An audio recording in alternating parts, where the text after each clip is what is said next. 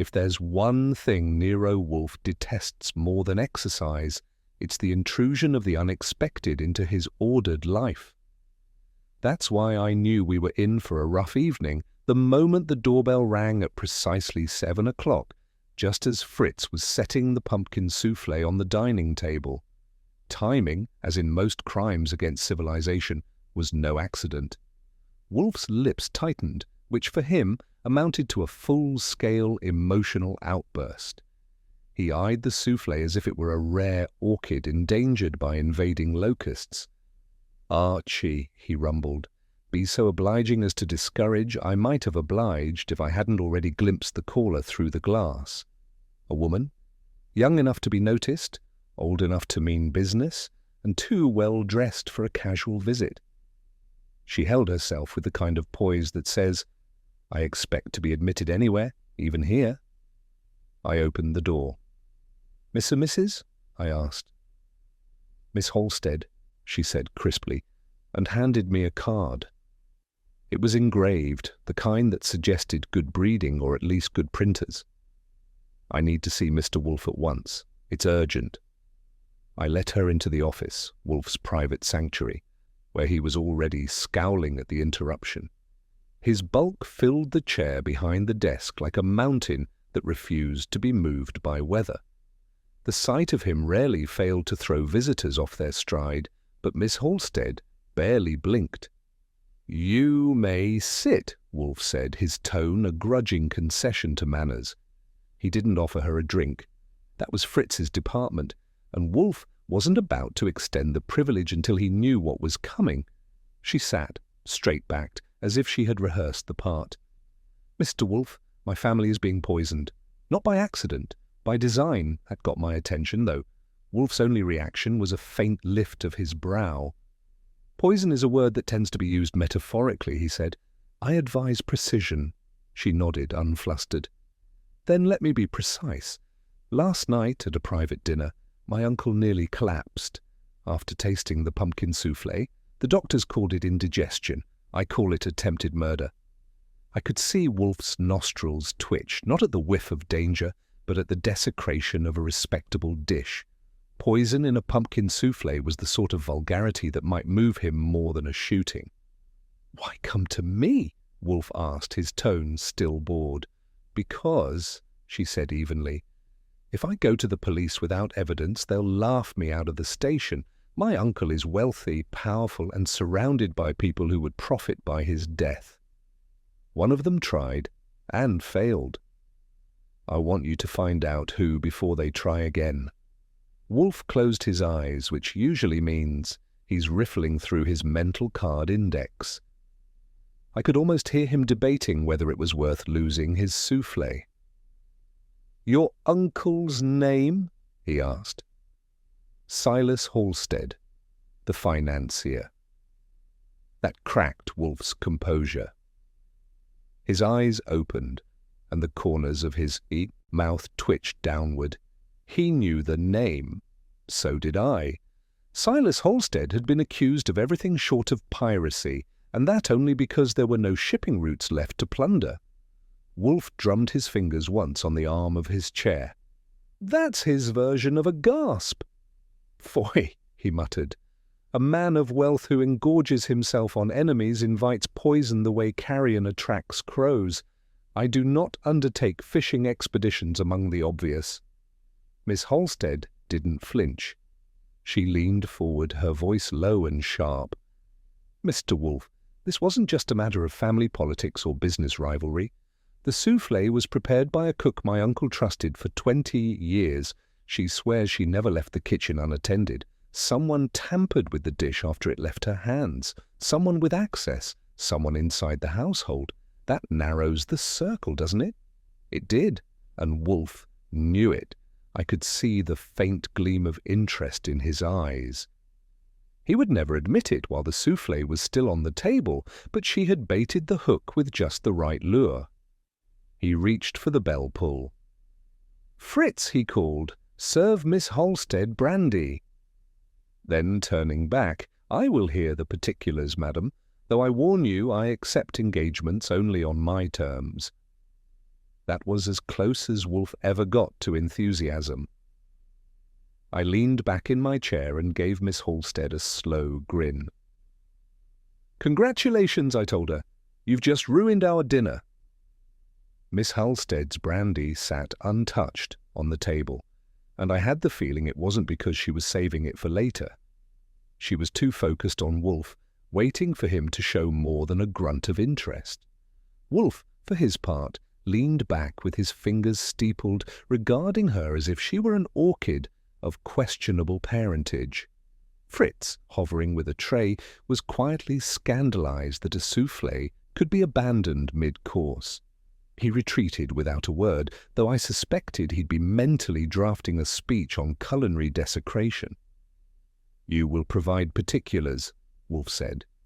His tone suggested he was indulging himself with something less pleasant than a cigar, but marginally more tolerable than exercise. "My uncle hosted a private dinner last night," she began. "It was at the Halstead House, our family home, on East 73rd. There were 6 of us at the table. My uncle Silas, myself, my cousin Frederick, my uncle's business partner, Mr. Lionel Garrison, his secretary, Miss Prynne, and an old family friend, Dr. Nathaniel Kramer. The meal was uneventful until dessert was served. My uncle took 3 bites of the soufflé and collapsed. He was revived after some minutes by Dr. Kramer, who insisted it was indigestion brought on by rich food and brandy. But she stopped, looking straight at Wolfe. "I know my uncle's constitution. He is as tough as old leather. There was no indigestion. Someone put something in that dish." Wolfe's eyelids drooped. That meant he was awake behind them, not drifting toward one of his post-dinner naps. The physicians made no diagnosis. Dr. Kramer dismissed it. No outside physician was summoned. "Convenient," Wolfe murmured. "You mentioned tampering." "Yes, the cook swears she prepared the soufflé exactly as always. No substitutions, no absent-minded errors. She set it on the tray. It was carried in by a footman." At that point, Miss Halstead's hands tightened on her purse. "At that point, it must have been interfered with," I said. "So 6 guests, a loyal cook, and a footman. That's a cozy circle for attempted murder." Wolfe grunted. "Or melodrama. Have you considered that your conviction may be colored by apprehension, even imagination?" Her chin lifted. "Mr. Wolfe, I came here tonight against my uncle's express wishes. He believes he is invulnerable. I believe he is in danger. If you decline the case, then at least I'll know I've tried. But I warn you, if something happens to Silas Halstead, it will not be indigestion that kills him." That hung in the air like cigar smoke after a long night. I expected Wolfe to wave her out so he could salvage his soufflé, but instead he shifted his bulk with surprising speed. His eyes opened wide enough to catch the light.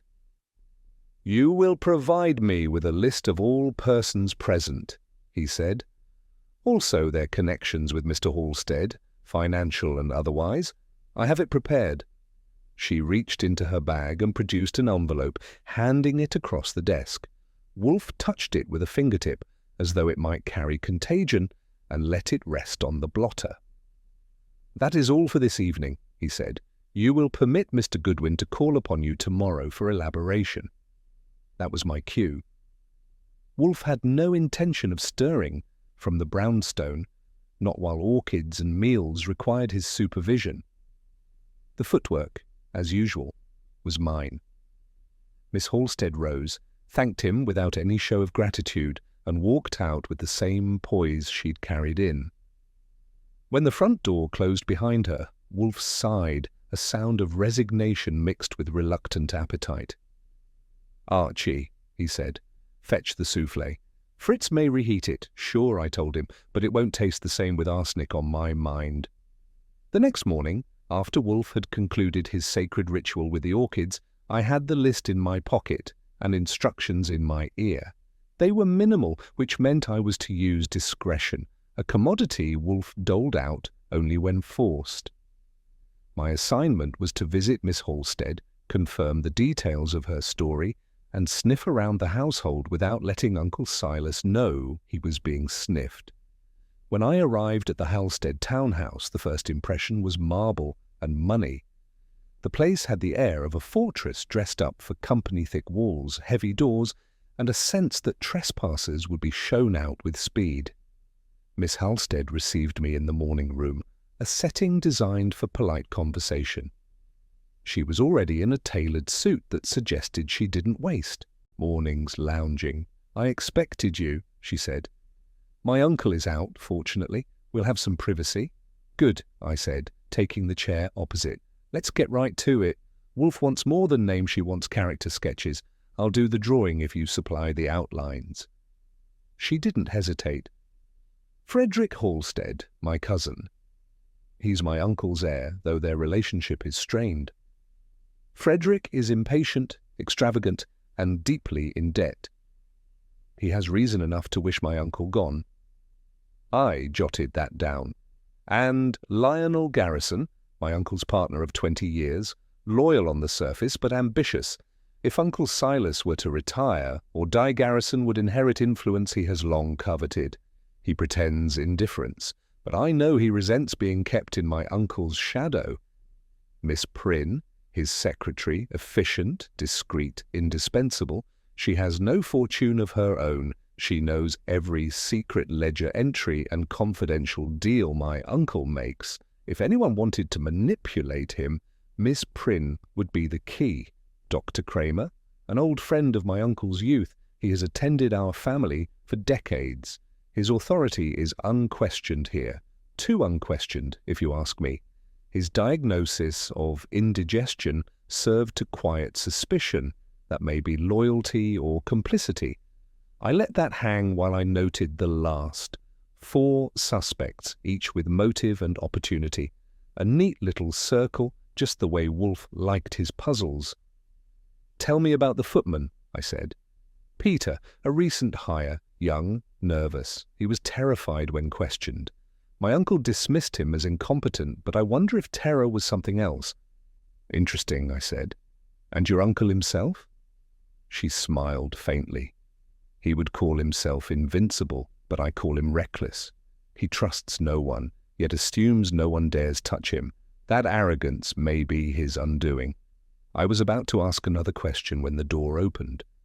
A tall, lean man in his 40s strode in without knocking. He had the kind of face that belonged on the front page of financial journals, sharp lines, steady eyes, and a mouth that didn't smile unless money was involved. "Mr. Goodwin, is it?" he asked.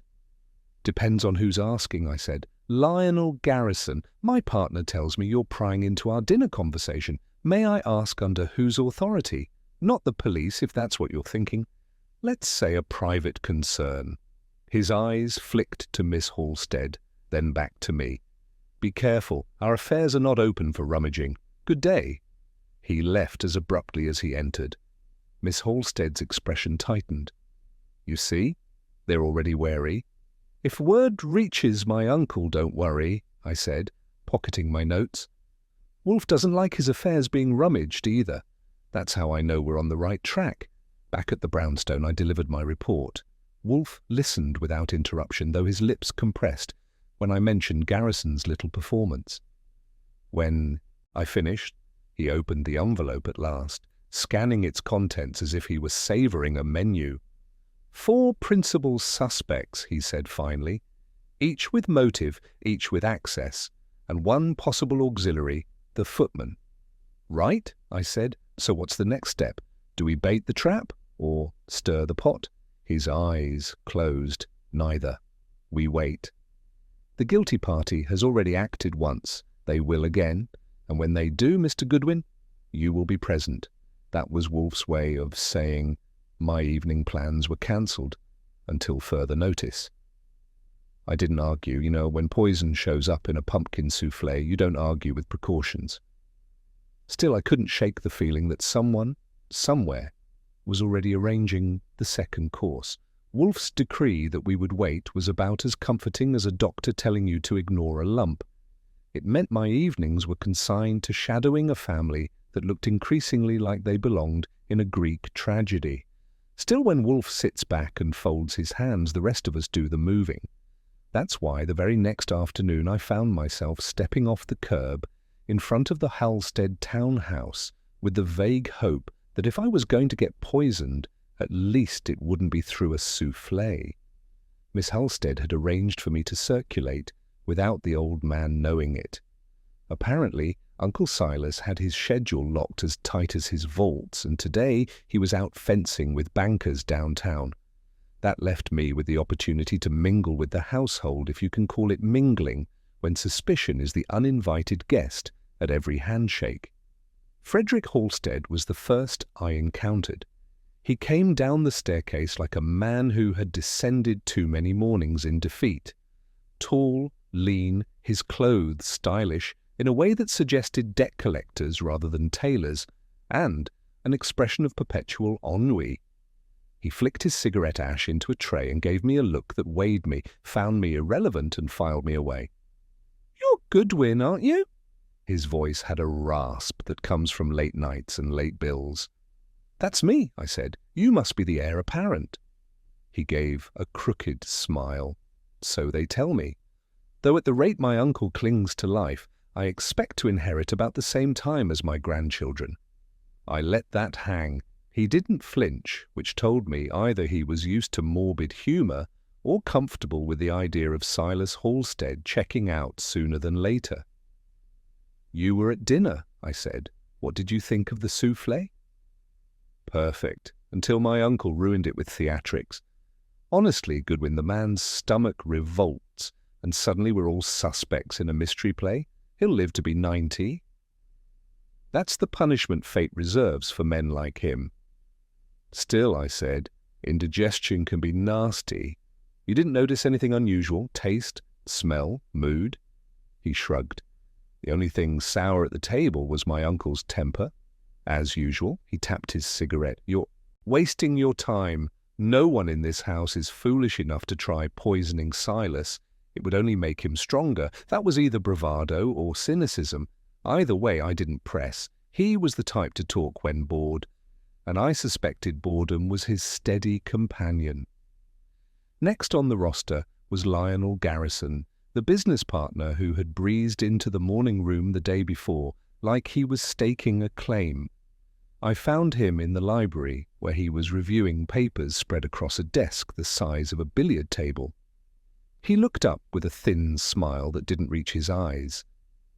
"Mr. Goodwin," he said, "we meet properly.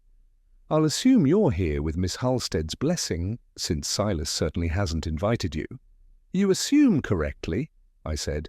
"I'm making the rounds. Then you'll want to know I had no interest in seeing Silas dead. He is difficult, yes, but he is also the engine that drives the machine. Without him, the Halstead fortune would be half the size, and I would be left steering a vessel without sails. If someone wished to poison him, it was not I." "Convincing," I said, almost rehearsed. His jaw tightened. "You mistake prudence for performance. When accusations fly, it is always the business partner who is first in the line of fire. I'm simply preempting nonsense." I took a slow look at the papers on the desk. Financial reports, memoranda, letters half hidden under blotters. Nothing incriminating, but plenty that showed the arteries of the empire. If Garrison wanted to seize control, he wouldn't need poison. A pen would do. We exchanged a few more guarded remarks before I moved on. I'd learned one thing: Garrison was smart enough to know appearances mattered, which made him dangerous if he had something to hide. Miss Prynne was easier to locate. She was in the study, typewriter keys clattering like castanets. A trim woman in her 30s, with steel-rimmed glasses and the kind of composure that suggested she had survived worse than grumpy financiers. She looked up as I entered, her fingers pausing mid-sentence. "You're the investigator," she said, matter-of-fact. "Investigator, secretary, companion, occasional nuisance," I said. "Depends who's asking." She allowed the faintest smile. "I know what people think. Because I know my employer's affairs, I could exploit them. But let me tell you something. Mr. Goodwin loyalty isn't always bought with money. Sometimes it's earned with respect. Silas Halstead may be ruthless, but he has never treated me as less than essential. Why would I poison the man who gives me more trust than most wives receive from their husbands? It was a strong statement. Too strong? Hard to say. Sometimes the loudest denials are the truest, and sometimes they're camouflage. I made a note to mention it to Wolfe. Fair enough, I said. Still, accidents happen. Maybe you noticed anything odd around the souffle? Her fingers hovered over the keys again. Only that it disappeared too quickly. The footman brought it in, set it down, and there it was, gone. No one touched it except Mr. Halstead. Unless you think I slipped something in while refilling a water glass. She gave me a steady look, daring me to contradict. I didn't. That left Dr. Kramer, the loyal friend and physician. He arrived late in the afternoon, his medical bag swinging from his hand. A stocky man with white hair and a florid face, he greeted me with the air of one accustomed to being obeyed. "So you're the busybody," he said. "Miss Halstead told me about you. Let me save you time. There was no poison." I examined Silas myself. His pulse, his breath, his symptoms all consistent with acute dyspepsia. Nothing more. "Funny," I said, "because Miss Halstead doesn't buy that diagnosis. She is a worrier," he snapped, always imagining conspiracies. "She doesn't understand the human body nor her uncle's appetite.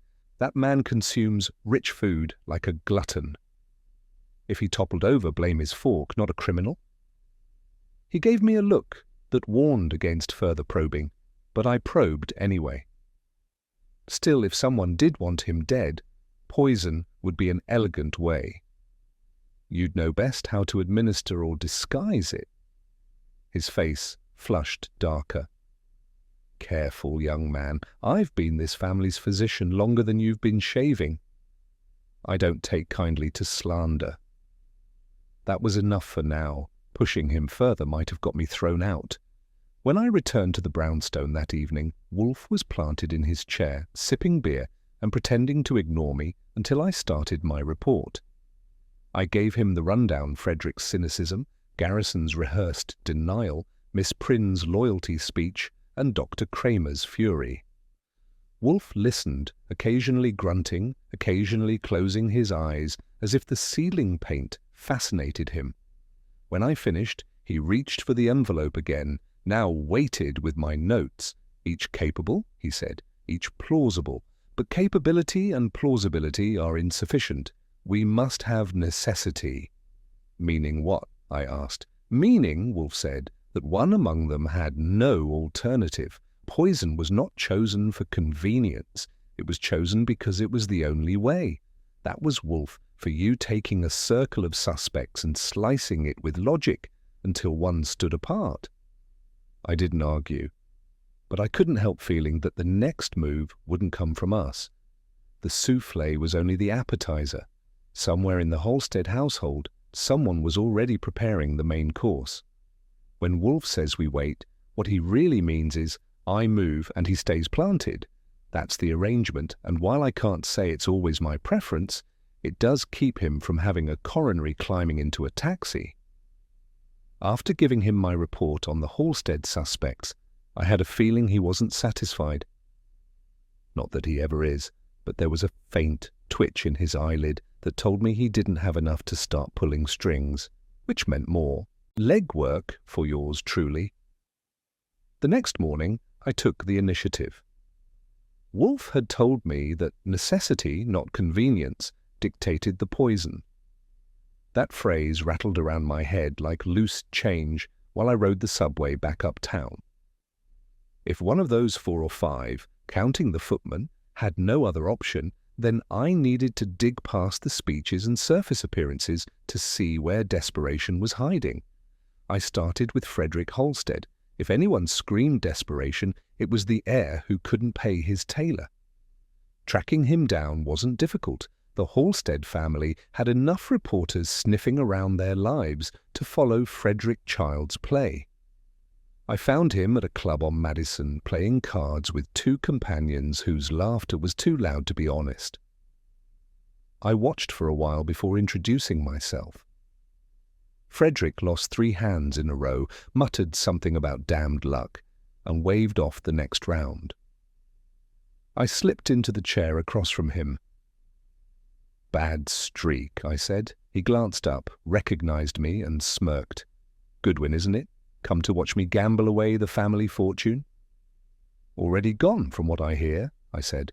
"Are you playing with money or promises?" That earned me a sharp look. "What's it to you?" "Nothing," I said. "Unless you're desperate enough to hurry along with your inheritance?" His laugh was harsh, humorless. "Believe me, if I wanted my uncle dead, I'd choose something faster than tampering with a dessert. Do you think I want scandal? Do you think I want the estate tied up in endless investigations? No, I need cash now, not 5 years from now. Besides, my uncle's too stubborn to die just because I wish it." He downed his drink and leaned closer. "If you're looking for desperation, Mr. Goodwin, look at Lionel. He's the one whose position depends entirely on Uncle Silas's whims. One wrong move and he's out on the street." I filed that away. Frederick was bitter, broke and reckless, but he had a point. Impatience and self-pity didn't necessarily add up to poison. My next stop was the Halstead offices downtown. Garrison had his lair there, and I wanted to see him on his own turf. The offices occupied a sleek skyscraper with more marble in the lobby than most courthouses. When I gave my name, a secretary with a voice sharp enough to slice paper ushered me into a corner office with a view that stretched across the river. Garrison stood by the window, hands clasped behind his back. "Mr. Goodwin, I was wondering when you'd appear." "You make me sound like a stage entrance," I said. "I was hoping for a seat, but if standing's your style, I can oblige." He gestured curtly to a chair. "Miss Halstead's paranoia has gone too far if she's hired you to snoop. This is a business empire, not a drawing-room mystery." "Business empires collapse all the time," I said. "Sometimes they need a little push." He turned, his expression carefully neutral. "Are you accusing me of pushing? I'm asking whether your future looks brighter with Silas around or out of the picture." He considered that before replying. "Silas Halstead is the mind behind everything we've built. Without him, the structure wobbles. If I wanted him gone, it would be like sawing off the branch I'm sitting on." "Branches sometimes hold people back," I said. His mouth tightened. "You're wasting your time here. I have no reason to kill Silas. Quite the opposite. My success depends on him breathing, not choking on souffle." The words were strong, but I noticed a file folder on his desk with documents sticking out, contracts maybe. His eyes flicked to it once, too quickly. Whatever was in there mattered. He didn't offer to share, and I didn't push just yet, but the twitch told me that his confidence wasn't as solid as his marble lobby. Next up was Miss Prynne. I invited her for coffee at a quiet diner a block from the Halstead home. She arrived promptly, neatly dressed, her hair pinned so tight it looked like even suspicion would have trouble loosening it. "I'm sure you're here to pry, Mr. Goodwin," she said. "That's my name in action," I admitted. "Tell me about your loyalty to Silas." Her gaze was steady. "I told you before, he treats me with trust. That's rare in men of his kind." "Trust can be manipulated," I said. "You know everything about his finances, his dealings, his enemies. If you wanted leverage, you'd have it." She stirred her coffee, eyes on the spoon. "And if I betrayed him, where would that leave me? Disgraced, unemployed, and marked as untrustworthy by every other potential employer. No, Mr. Goodwin, I'm not foolish. My future lies with Silas alive, not dead." She was good, calm, precise, and unruffled. Maybe too good. She didn't slip once, and that in itself was suspicious. Most people flinch when cornered, even briefly. Miss Prynne's composure was like armour. That left Dr. Kramer. I visited him at his practice, a respectable office with brass nameplate and waiting room chairs that had seen better upholstery. He greeted me with the same mix of irritation and superiority as before. "You again," he said. "I told you there was no poison." "Sure," I said, "but you'll forgive me for double-checking. After all, if there had been poison, you'd be the one best placed to conceal it." His eyes flashed. "Outrageous! I've served that family faithfully for decades." "Exactly," I said. "That gives you access, trust, and opportunity. Maybe you wanted to ease Silas out gently. Maybe you thought it was time the world rid itself of his brand of ruthlessness." He puffed like a man about to burst. "If you continue with these accusations, Mr. Goodwin, I'll speak to my attorney." I let it drop. Sometimes pressing harder just shuts doors. But I noticed something on his desk as I left a prescription pad with a half-page, half-torn, the imprint of words faint but legible if one knew the trick. I didn't linger, but I made a mental note to try to get a look later. By the time I reported back to Wolfe that evening, I had a notebook full of impressions and a stomach full of diner coffee. Wolfe listened while consuming an alarming quantity of beer. His eyes stayed closed the whole time, but his lips moved once in a faint smile when I described Garrison's twitch toward the folder. "Frederick is impatient, but not yet desperate enough," he summarized. "Garrison masks unease poorly. Miss Prynne is too perfect, and Dr. Kramer is insulted rather than frightened. Foy, each is plausible, but plausibility does not suffice."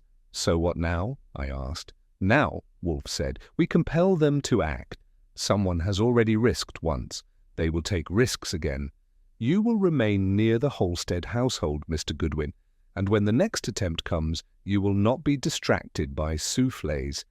He closed his eyes completely, which meant the conversation was over.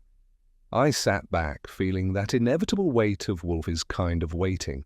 It wasn't the idle kind. It was the kind that set the stage, knowing the next move would be a disturbance none of us could predict, but Wolfe counted on like clockwork. And somewhere in that grand, suffocating townhouse, someone was already planning their encore. Wolfe's brand of patience is like a spider's motionless, silent, waiting for the fly to blunder into range. Mine's a little less refined, involving cold pavement, stale coffee, and keeping my shoes polished while I loitered around the Holstead household, waiting for someone to twitch. The trouble with watching rich families is that they're too good at drawing the blinds, but sooner or later, a careless hand leaves a crack. 3 nights into my vigil, I got my crack. Miss Halstead had arranged for me to be nearby under the pretext of escorting her from an evening charity event back home. She wasn't nervous exactly, but she wanted someone who wasn't part of the household hovering around, and that suited me fine. When we arrived at the townhouse, the house was quiet except for the usual hum of staff. Silas Halstead himself was shut away in his study, a light under the door, and the faint murmur of dictation to Miss Prynne drifting out. I stayed downstairs with Miss Halstead in the drawing-room, making polite conversation about things neither of us cared about, when the quiet was broken by a sound from the dining-room. It wasn't loud, just the faint scrape of metal against wood, the kind of noise that only means someone is where they shouldn't be. Miss Halstead stiffened. The dining room should be locked. We crossed the hall quietly, me in front. The door was ajar, light seeping through. I pushed it open an inch and got a glimpse. Someone stood at the sideboard where the silver was kept. Not rifling for jewelry is too deliberate for that. They were leaning close, their hands moving among the serving spoons and ladles. The figure was tall, lean, with the posture of someone who knew they had only a moment. Before I could make a move, the intruder straightened and slipped through the opposite door, going into the shadows of the pantry hall. I hurried after, but by the time I hit the corridor, it was empty. The staff quarters were dark and silent. Whoever it was, they knew the layout better than I did. Back in the dining room, I inspected the sideboard. Nothing was missing at first glance, but when I leaned closer, I saw that one of the large soup ladles was slightly out of line, the polished surface smudged with fingerprints. On the tray beside it sat an empty spice jar, its stopper missing. Miss Halstead whispered, "That belongs in the kitchen. It was full yesterday." "Of what?" I asked. "Nutmeg," she said. "Nutmeg in itself isn't much of a threat unless you get creative with quantities. But the jar's absence from the kitchen, the smudge on the ladle, the trespass at night was no coincidence." I locked the dining room and told Miss Halstead not to breathe a word. She agreed, though her eyes betrayed a mixture of fear and grim satisfaction. Fear that her suspicion was being confirmed, satisfaction that she hadn't been imagining things. The next morning I reported to Wolfe. He listened without interruption, his lips pressed into a thin line as I described the spice jar. When I finished, he let out a low, contemptuous grunt. "Idiocy," he muttered. "Whoever it is, they are clumsy. To tamper with utensils to leave evidence, either they are desperate beyond measure or supremely confident of escaping notice." "Or both," I said. "What about the nutmeg?" "Harmless in moderate doses," Wolfe said. "Toxic, if concentrated, and easily substituted for more insidious powders if one wished. It is not the nutmeg itself that matters, but the act of trespass. Someone within that house is testing access, confirming opportunity. You will increase your vigilance." That meant longer hours skulking around the townhouse, while Wolfe stayed home, cultivating orchids and indignation. He wouldn't stir, but his mind prowled the Halstead household as surely as if he'd been walking the corridors. That evening, I returned to find the household bristling. Silas Halstead was in a foul temper, roaring at the staff because a document he'd dictated the night before was missing from Miss Prynne's desk. She swore she'd left it locked in the drawer. Now it is gone. Garrison stood nearby, trying to soothe Silas while Frederick lounged in a chair, smirking as if watching a play. Dr. Kramer had been summoned, though no one was sick, and was fussing about stress being unhealthy for a man of Silas's years. I stayed in the background, but Miss Halstead caught my eye. She knew the missing document and the spice jar were two notes in the same tune. When Silas finally stormed out, I drifted close to Miss Prynne. She looked shaken, her usual composure cracked. "I don't understand," she murmured. I locked it. No one had the key but me. "Keys can be borrowed," I said, "or copied." Her face went pale. "You think one of the household I didn't answer? Sometimes silence is better bait than words." That night I kept watch near the servants' entrance. Around midnight, a shadow detached itself from the back garden wall and slipped inside. I followed, careful as I could, until the figure stopped in the pantry again. This time I was ready. I snapped the light on. The figure froze. It was Frederick, his eyes wide, his hand hovering over a tray of wine glasses. He recovered fast, pulling his hand back and pasting on a lazy grin. "Well," he drawled, caught red-handed fetching a midnight drink. "At the pantry?" I asked, "with empty jars and smudged ladles?" He shrugged. "Paranoid, aren't you?" I was thirsty. I didn't buy it, but I didn't have proof. He sauntered past me and back upstairs, leaving the faint scent of whiskey in the air. When I told Wolfe the next morning, he shook his head. "No, Archie, too obvious. If Frederick is guilty, he would be more subtle. Unless, of course, he wishes to appear obvious to conceal another. Either way, the trespass confirms the hand is within the household. We need not scour the city. The culprit is under that roof, moving even now." He drummed his fingers on the armrest. "The missing paper, the tampered utensils are not attacked. They are probes. We are watching a rehearsal." That was Wolfe's way of saying the main act was coming. He gave me my orders: stay embedded, stay silent, watch for the moment when the curtain rose. It wasn't the kind of direction that made for restful nights, but Wolfe was right. Someone in that house was rehearsing murder, and if we didn't catch them before opening night, the final performance would end with more indigestion. If Wolfe was right, and he usually then, the business with the missing document and the smudged ladle wasn't clumsiness but rehearsal. Which meant the curtain was about to rise on something more elaborate, and my part was to keep my eyes open and my mouth shut until the right moment. Unfortunately, that's not my strongest talent. 2 days after catching Frederick prowling around the pantry, I was back at the Halstead townhouse doing my usual routine of pretending to blend in. The house was restless in that way you can feel even when no one says anything outright. The staff were edgy, Miss Prynne looked drawn, and Garrison was spending more time pacing than reading. Silas himself was the picture of indignant vigour, striding about as if daring someone to try again. It was the arrogance Wolfe had called his undoing. The second disturbance came in the form of a broken lock.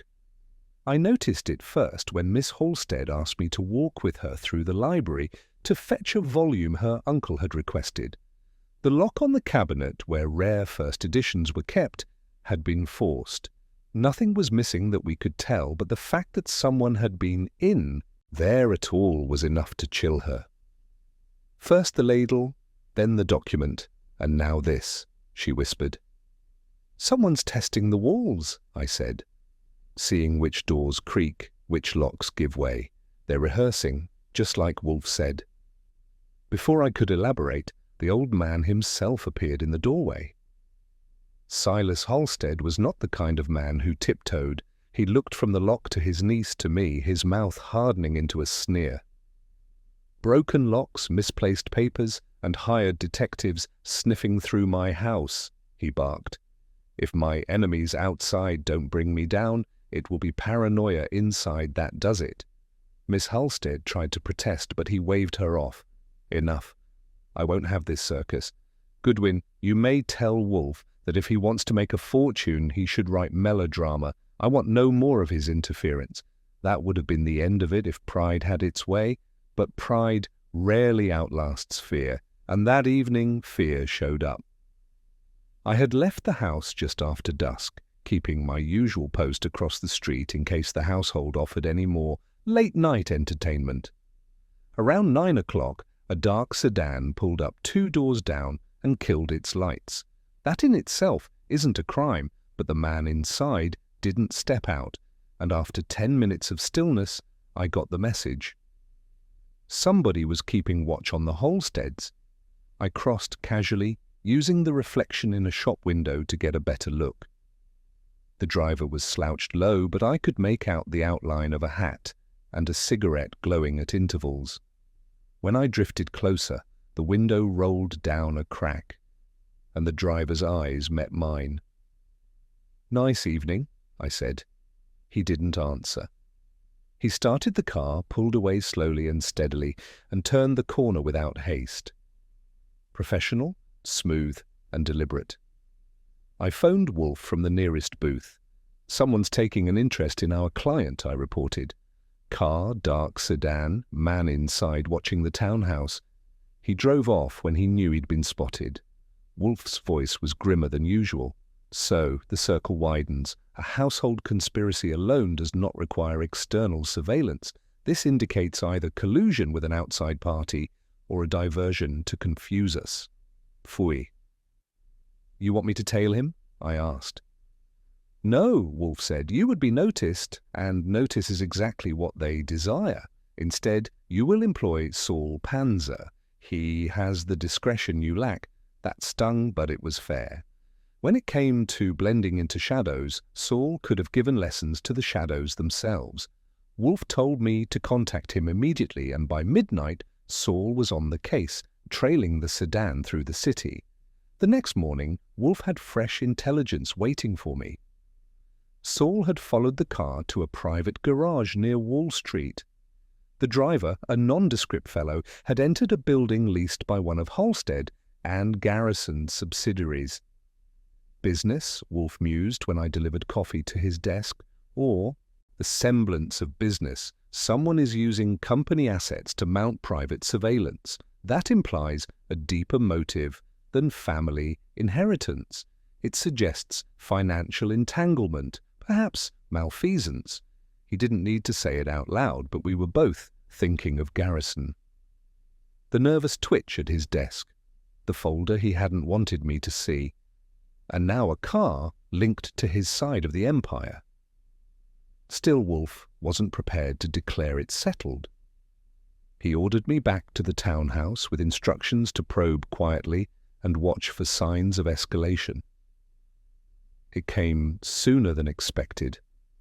That evening during dinner, Silas Halstead once again became the center of attention, not by collapsing, but by exploding.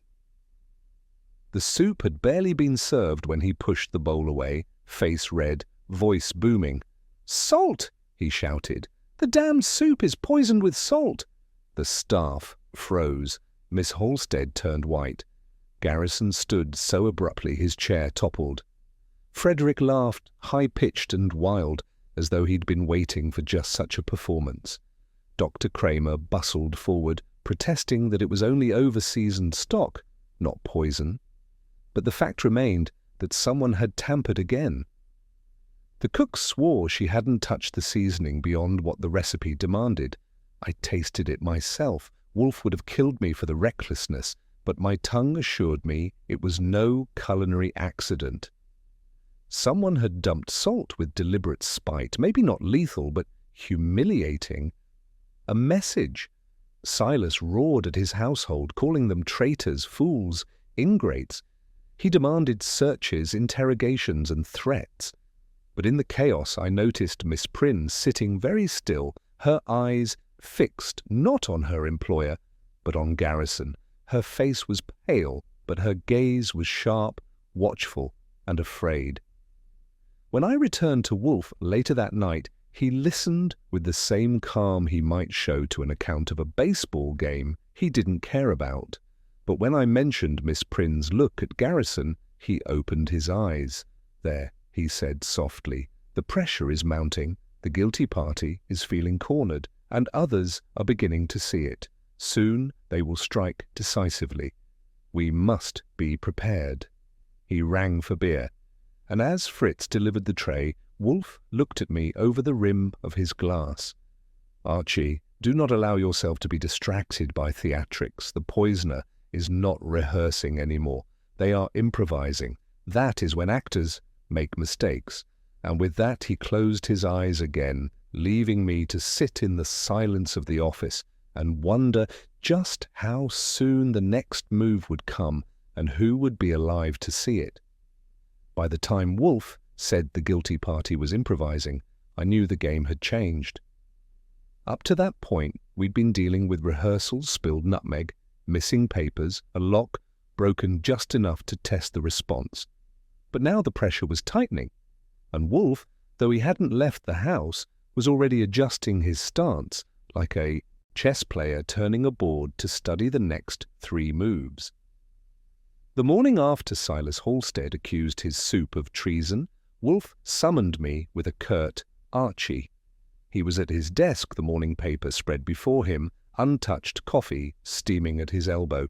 His mood wasn't foul exactly, but it was focused, which is worse in its own way. "We are close," he said, "too close for their comfort. That will make them careless. We must accelerate matters before improvisation turns into resolution." "Meaning?" I asked, though I knew. "Meaning we apply pressure," Wolfe said. "Call Mr. Garrison. Inform him I require his presence here tomorrow at 11. Make it a command, not an invitation." "Just Garrison?" "For now." So I phoned Garrison's office, and when his secretary tried to stonewall, I gave her Wolfe's name and a time and said it wasn't a request. Garrison himself came on the line a minute later, voice clipped. "This is highly irregular, Mr. Goodwin. Mr. Wolfe doesn't specialize regularly," I told him. "Be at the brownstone tomorrow at 11. Don't be late." He hung up without agreeing, which in my experience meant he'd be there. Wolfe spent the rest of the day in his chair, barely speaking except to ask for files, notes, or a précis of Saul Panzer's latest tale on the mysterious sedan. Saul had tracked it twice more to the same Wall Street building, but the driver had a knack for vanishing into elevators. No names, no faces, just the car and its quiet vigil. Wolfe filed that away with the same satisfaction he gives to a piece of buttered corn. At 11 sharp the next morning, Garrison arrived. He came into the office brisk, shoulders squared, like a man walking into a deposition he intended to dominate. Wolfe didn't rise, of course. He simply gestured toward the red leather chair. "Sit," Wolfe said. Garrison did, though not gracefully. He leaned forward, forearms on his knees, trying to own the posture. "You wish to see me?" he said. "I have limited time." "Then let us not waste it," Wolfe replied. "Mr. Garrison, why is one of your company's vehicles being employed to watch the Halstead residence?" That got him. His eyes widened a fraction before he reined them in. "I don't know what you mean." "Phooey. The surveillance has been observed, the license traced, the garage identified. Spare us denial."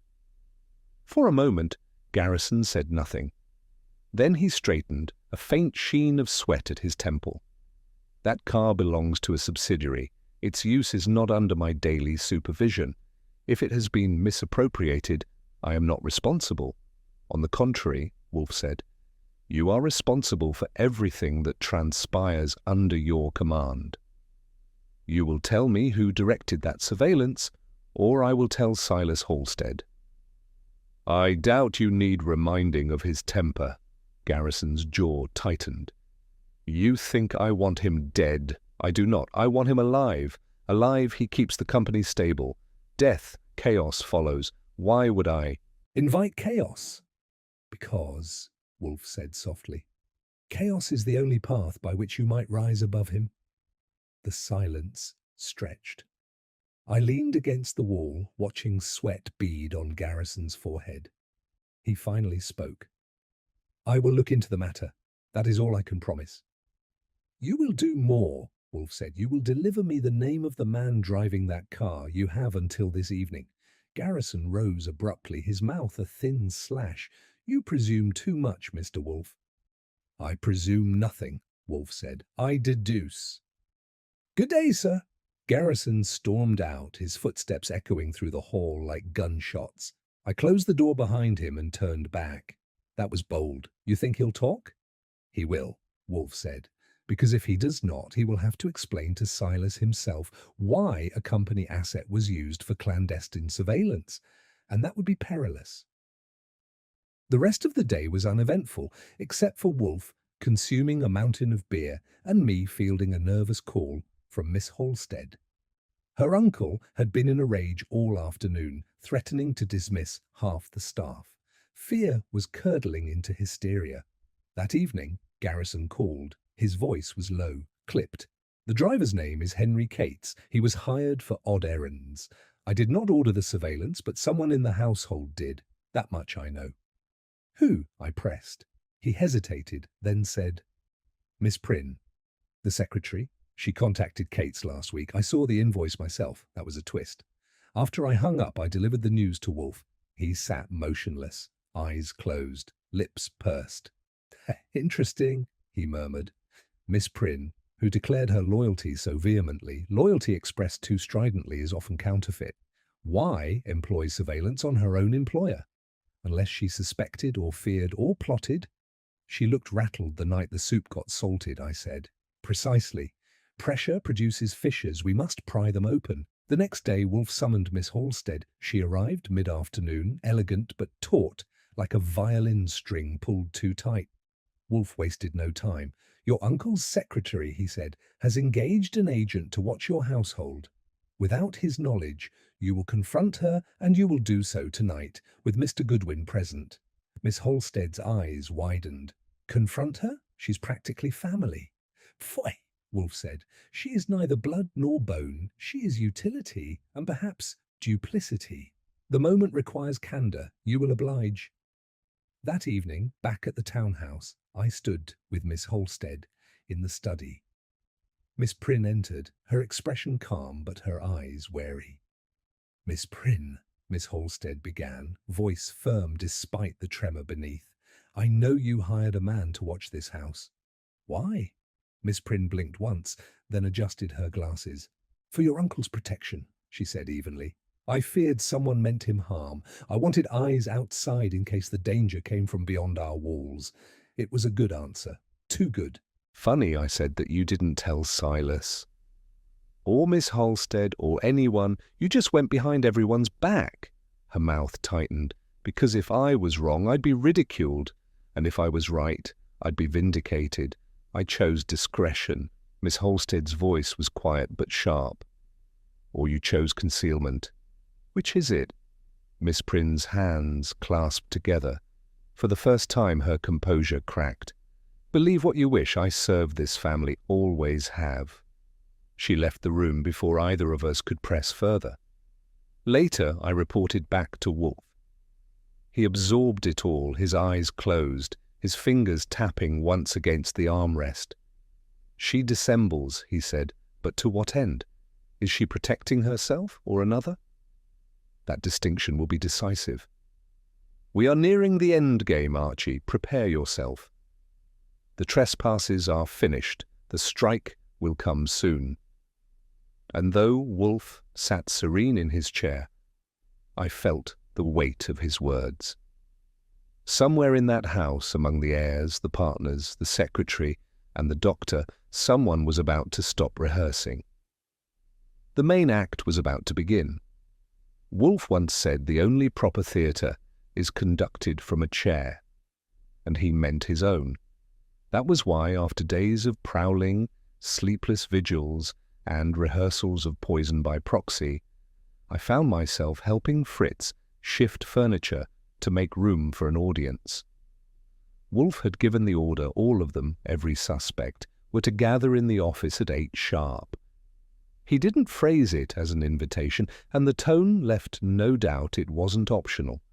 I had the job of wrangling them in. It wasn't as hard as it might have been. Fear and curiosity are powerful lures, and Wolfe knew how to bait both. Frederick arrived first, an insolent grin plastered on his face as if he was walking into a poker game. Garrison followed, stiff with indignation but too wary not to comply. Miss Prynne came pale and silent, her composure repaired with effort, but not quite convincing. Dr. Kramer trudged in, muttering about wasted time, clutching his medical bag like a talisman. And finally, Miss Halstead, dignified but tense, eyes darting between them as if she were counting the seconds to a detonation. Silas himself refused to attend, claiming he had no patience for Wolfe's circus. Wolfe didn't press the point, which was unusual, but as he later explained, Silas Halstead was the bait whether he was present or not. The office was arranged like a courtroom. Wolfe in his throne behind the desk, the rest of us in chairs angled to face him whether they liked it or not. I leaned against the wall, pad ready, though I knew Wolfe didn't need my notes. He'd file every word in that brain of his. When the last of them sat, Wolfe opened his eyes and spoke with the calm weight that filled the room more than shouting ever could. "You are here because a crime has been attempted," he said. "Not a theft of books or silver, not an indulgence of paranoia, but an attempt on the life of—" Silas Halstead. The method was poison, the stage was the table, and the actors were among you. Since then, there have been trespasses, tampering, theft, sabotage, all probes. The guilty party has not yet succeeded, but they will not stop. Tonight we end it. Garrison gave a sharp laugh. You make it sound like a play, Mr. Wolfe. It has been, Wolfe said.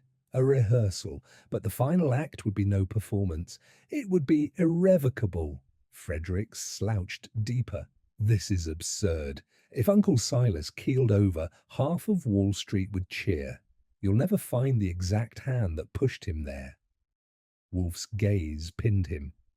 On the contrary, I already have. The silence after that could have been bottled. Miss Prynne's lips parted in protest, but no sound came out. Dr. Kramer snorted, but not convincingly. Garrison stiffened, his hand clenching on the arm of his chair. Wolfe steepled his fingers. "Let us eliminate? Frederick, you are impatient and indebted, but your temperament betrays you. Poison requires patience and subtlety, qualities you lack. You were caught prowling. Yes, but too obviously, too clumsily.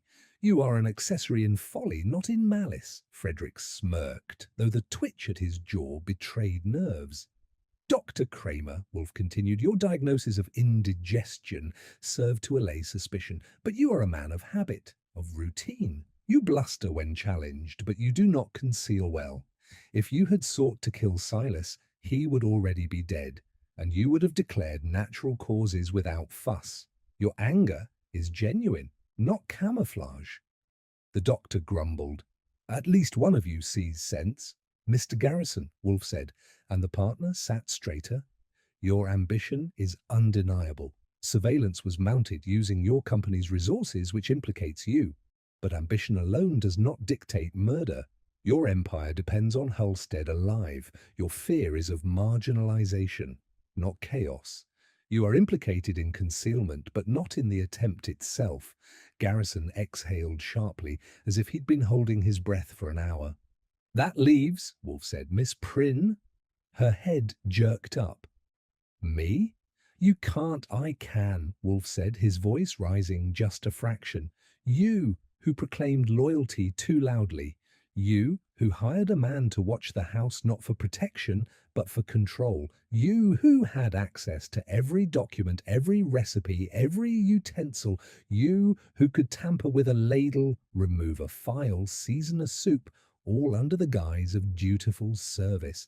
And you who knew that if Silas Halstead fell, your knowledge, your secrets, your hold over his affairs would make you indispensable to the heir and the partner alike. That, madam, is a necessity." She went white, then flushed crimson. "That's a lie. I hired the man for protection. I only wanted—" "Pfui," Wolfe thundered. "You wanted independence. For years you have been indispensable yet invisible, bound to a man whose respect was as cold as his trust. You wanted—" Liberation.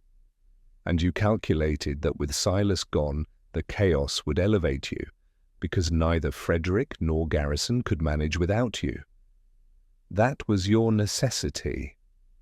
That is why you poisoned the soufflé. The silence was thicker than ever, broken only by Miss Prynne's quickened breathing. Garrison looked aghast, Frederick stared wide-eyed, and Dr. Kramer muttered something about me. She half rose, hands gripping the arms of her chair. "You can't prove it," she said hoarsely. Wolfe's eyes gleamed. "The proof is in your own conduct. You arranged surveillance, then dissembled when confronted. You alone had access to the secretary's key, the kitchen routes, and the correspondence. You alone knew the patterns of entry. And most damning, you alone had the calm to wait until now. Look at you, madam. You are trembling not from indignation but from exposure." Her mouth opened again, then closed. No words came. She sat, defeated, though her eyes still flashed with anger. Miss Halstead spoke softly. "I trusted you." Miss Prynne bowed her head, silent. Wolfe leaned back, satisfied. "You may take this to the police or not. It is no longer my concern. My role was to strip away the veils. The rest is for you and the law to decide." The gathering broke up in silence. Garrison left swiftly, Frederick muttered curses, Dr. Kramer shook his head, and Miss Halstead lingered only long enough to thank Wolfe with a whisper. Miss Prynne was escorted out by me, her face stony, her lips pressed tight. When the house was empty again, Wolfe sighed, closed his eyes, and reached for beer. "Human folly, Archie," he murmured. "So often dressed as loyalty, so often revealed as hunger." Pfui. I leaned against the desk and shook my head. "You'll forgive me if I skip pumpkin soufflé for the rest of my life." His lips twitched, the nearest thing to a smile he ever allowed. "As you please," he said. "Fritz has other recipes." And just like that, the brownstone was still again, the storm having passed, Wolfe returning to his peace, and me left wondering how many more households hid their poison in dishes meant to be shared. The brownstone was quieter than usual after they left, the kind of hush that comes when a performance is over, but the echoes are still hanging in the rafters. Wolfe sat unmoving, eyes closed, letting the silence settle, while I poured myself a drink to wash down the lingering taste of tension. For all his calm delivery, the evening had been a battlefield, each word another maneuver, each pause another strike. And though he'd exposed Miss Prynne in front of the others, the matter wasn't finished. It never is when human frailty and police procedure collide. I asked, "You think she'll crack before the police even show up?" Wolfe grunted. "She is cracked already. The strain of concealment, the improvisations, the furtive trespasses, all were symptoms of fracture. Tonight I merely pressed the fault line until it broke." "Fine," I said, but Garrison looked like he'd swallowed a lemon whole. Frederick had that deer in headlights thing, and Dr. Kramer seemed ready to publish a paper on how he'd suspected her all along. That doesn't exactly give us a neat finish. They'll all run to Silas with their own version before breakfast. They may, Wolfe admitted, but Silas will not care. His vanity will convert the attempt on his life into confirmation of his importance. His fury will sustain him, not destroy him. What concerns me is the police.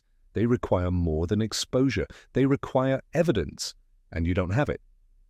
"I do," Wolfe said, opening his eyes at last. "You will deliver it." That was my cue to look skeptical. "How? Prynne isn't going to volunteer her recipe for pumpkin murder." He ignored the quip. "You will return to the Halstead residence tomorrow. You will speak privately with Miss Prynne. You will offer her an escape leniency, sympathy and understanding. In doing so, you will draw from her the admission we require. She is exhausted, Archie. She will want to unburden herself. I knew the routine. Wolfe always made me the confessor, dangling kindness where he offered contempt. It worked more often than I like to admit. Still, I wondered if Prynne was too disciplined to break.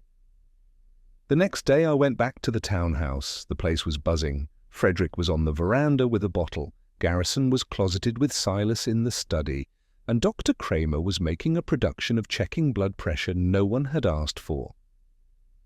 I found Miss Prynne alone in the library, her fingers trailing across the spines of books as if looking for an escape hatch. She turned as I entered, eyes tired but still sharp. "Come to gloat?" she asked. "Not my style," I said. "Besides, you took Wolfe's broadside better than most." She let out a brittle laugh. "Is that what you call it? A broadside?" He skewered me. "Maybe, or maybe he gave you the one chance to come clean before the law gets involved." Her gaze dropped. "The law doesn't care about motives, only guilt." "True," I said, moving closer. "But motive matters to me, and to Wolfe. Tell us why, Miss Prynne. Maybe it won't save you, but it'll put the weight where it belongs." For a long moment she said nothing. The ticking of the clock filled the room, steady and merciless. Then she sank into a chair, shoulders bowed. "Do you know what it means to be indispensable but invisible?" she asked. "To carry a man's empire on your back, to know every ledger, every negotiation, every secret, yet to be nothing more than his secretary, to be trusted but never valued, to be the tool, never the partner." I stayed silent, letting her talk. For 20 years I watched him grow richer, crueler, fatter, and I was always at his side. He relied on me more than on Garrison, more than on Frederick, more than on anyone, yet I remained a servant. If he had died, the others would have turned to me because they had no choice. That was my necessity, Mr. Goodwin, my only way to be free. Her voice cracked on the last word. She covered her face with her hands. I said quietly, "So you doctored the soufflé?" She nodded once, just enough to weaken him, enough to make him falter, so I could see it was possible. But he was too strong. Even poison bent around him. And the papers, the ladle, salted soup? She gave a bitter smile. Tests. I wanted to see how far I could go, what I could control. I thought if I moved carefully, no one would notice until it was too late. But Wolfe noticed. Her laugh was low, hopeless. Of course he did. He sees everything. I left her there, broken but oddly relieved, and carried her confession back to the brownstone. Wolfe listened, eyes closed, nodding once when I finished. "Good," he said. "The law will find that sufficient. They will dress it in procedure, but they will have her words, and that is enough." "Funny," I said. "You always claim to despise human drama, yet you drag it into this office and stage it like a play." "Not drama," Wolfe corrected. "Truth. I merely strip away the costumes. The police came that evening. Inspector Kramer, already sore from too many evenings wasted in our office, scowled through the report but couldn't argue. Miss Prynne was taken quietly, her protests absent, her dignity frayed, but not gone. Garrison washed his hands of her, Frederick sulked, and Silas thundered about betrayal, but relished being at the centre of it all. When the dust settled, the brownstone returned to its rhythm. Fritz prepared dinner, the orchids were attended, and Wolfe resumed his chair as if nothing had happened. Only I felt the residue of the spice jar, the trembling secretary, the suffocating arrogance of Silas Halstead. Over coffee that night I asked Wolfe, "So that's it? Another household torn apart, another fool chasing necessity, and we go back to routines like nothing happened?" He looked at me over the rim of his cup. "Not nothing, Archie. Human folly never ends. It merely waits for its next stage. Tonight it was pumpkin soufflé. Tomorrow, something else. Always the same hunger, differently dressed." I leaned back, shaking my head. "Remind me to stick to plain pie from now on." Wolfe closed his eyes, a faint smile ghosting his lips. "As you please," he said, "but do not suppose pie is immune." And with that, the case of the poison in the pumpkin soufflé was finished, though the taste of it lingered far longer than any dish Fritz ever served. If there's one thing the brownstone knows how to do, it's swallow chaos whole and return to silence. The police had barely cleared the threshold after taking Miss Prynne away before Fritz appeared in the office doorway, as if he'd been waiting for the racket to subside before daring to announce dinner. He asked if we would still want the duck he had prepared, and Wolfe answered with a simple yes. That was all. No remarks about poison, no lingering. Anxiety. For him, the storm had passed, and appetite was the most natural restoration. I followed him into the dining room, still half-wired from the week's events. Wolfe ate with his usual concentration, savouring each bite as though food had never been used as a weapon. I tried to keep pace but found myself glancing at the soufflé dish Fritz had left on the sideboard, polished and gleaming, its innocence restored. The irony wasn't lost on me. "Hard to eat without wondering who last tampered with the silverware," I said. "Phooey," Wolfe replied. "Do not anthropomorphize utensils. They are innocent bystanders. That's easy for you to say. You weren't prowling pantries at midnight." He sipped his beer, unbothered. "And yet you survived. Your function was fulfilled. Miss Prynne revealed herself not through your vigilance alone, but through her own unravelling. A secretary who covets indispensability is always suspect." "You make it sound like ambition's a crime," I said. "It is not ambition itself," Wolfe corrected, "but necessity. Ambition waits, builds, maneuvers. Necessity leaps. It was not her desire to be recognized that condemned her. It was her conviction that she had no other path. That was Wolfe for you, always pinning the crime to philosophy as much as facts. I let him wax while I finished my duck. After dinner, he returned to the office. I joined him, nursing a brandy while he settled back with his beer. The orchids above us were silent witnesses as usual, indifferent to our talk of poison and betrayal. "What about Silas?" I asked.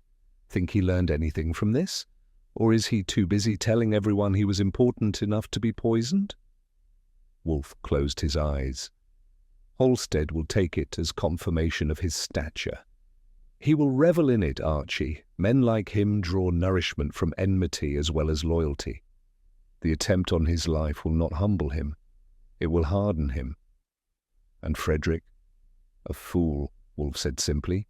"He will drink, gamble and wait, and someday his inheritance will arrive. He will squander it within a decade. Garrison? Shrewd. He will adjust. He was never fool enough to attempt Silas's life.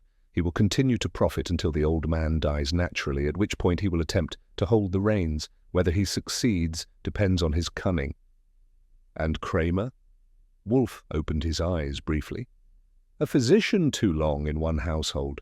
He will bluster, but his loyalty is genuine. He will remain until dismissed or buried." It was as if Wolfe were writing epitaphs for the living, each one neat and final. Later that night I sat in my room, trying to shake the images from my mind.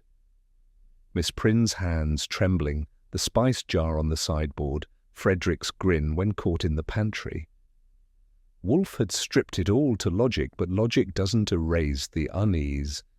A household had rotted from within, and while the culprit had been taken, the air around it still stank of suspicion. The next morning, life in the brownstone fell back into routine. Wolfe spent the hours with his orchids, Fritz made pancakes, and I read the papers. The story made headlines: secretary arrested in attempt on financier's life. The tone was sensational, heavy on drama and light on truth. They painted Miss Prynne as a spurned woman, which wasn't quite fair. But that's newspapers for you. Wolfe didn't even glance at it. By midday, Inspector Kramer came pounding at the door, his hat tilted back and his face red. He barged into the office without invitation. "Blast you, Wolfe," he growled. "You always have to make me look like a fool. You hand me the package tied up with string, and I'm left to explain how you wrapped it." Wolfe merely raised an eyebrow. "You should be grateful, not resentful. You have your culprit." "Maybe," Kramer said. "But she's already talking about motives and necessity and years of service, and the DA doesn't like cases that sound like psychology lessons. I'll have to find a jury that thinks pumpkin soufflé is a lethal weapon." "You will," Wolfe said placidly, "because it is." Kramer threw up his hands, muttered something obscene, and stormed out. After he left, I looked at Wolfe. "You know, one of these days he's going to toss you in a cell just to even the score." Wolfe's eyes closed again. "Let him try. I will not rise." That afternoon, Wolfe dictated a letter to a client in Ohio about orchids, as if nothing more pressing had happened in the world. I typed it up, wondering not for the first time how a man could dismiss attempted murder as lightly as an overcooked dish. But that was Wolfe immovable, imperturbable, his satisfaction found in deduction, not aftermath. That evening, over lamb and a bottle of Burgundian red, he offered his only real reflection on the case. "Archie," he said, setting down his fork, "human beings will forever seek freedom, even if they must grasp it by destroying the hand that feeds them. Miss Prynne was no exception. She mistook servitude for necessity and sought release in folly. There is no poison more corrosive than that belief. Some philosophy," I said. "But tell me, do you ever think about what happens to them after, the ones you expose? Prynne, for instance, does she haunt you?"